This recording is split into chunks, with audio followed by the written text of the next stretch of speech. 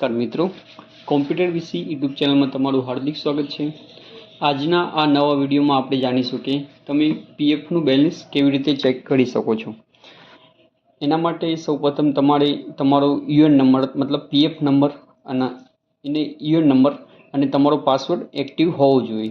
જો તમારો એક્ટિવ ન હોય તો સૌપ્રથમ તમારે પહેલાં એ તમારો યુએન નંબર એક્ટિવ કરાવવો પડશે। એના માટે સૌપ્રથમ તમારે ગૂગલમાં જઈને સર્ચ કરવાનું રહેશે યુએન પાસબુક। આ વેબસાઇટ સર્ચ કરશો એટલે તમને શો થશે કે મેમ્બર પાસબુક ઈપીએફઓ।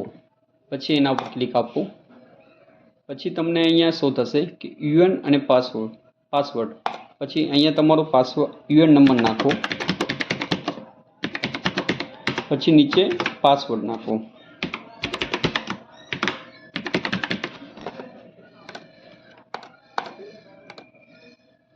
પછી કેપ્ચર નાખવાનો।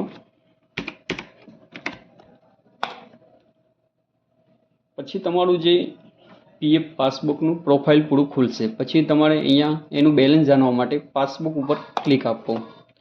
એના ઉપર ક્લિક આપશો એટલે તમને અહીંયા એનું કરંટ બેલેન્સ ટોટલ માહિતી આમાં બતાવશે। મતલબ તમે કેટલું બેલેન્સ મતલબ પીએફનું કેટલા પૈસા તમે ઉપાડેલા છે એ ટોટલ માહિતી અહીંયા બતાવશે। મતલબ જો તમારા કેટલા વર્ષમાં કેટલા બેલેન્સ જમા થયું છે એ ટોટલ માહિતી આમાં બતાવશે।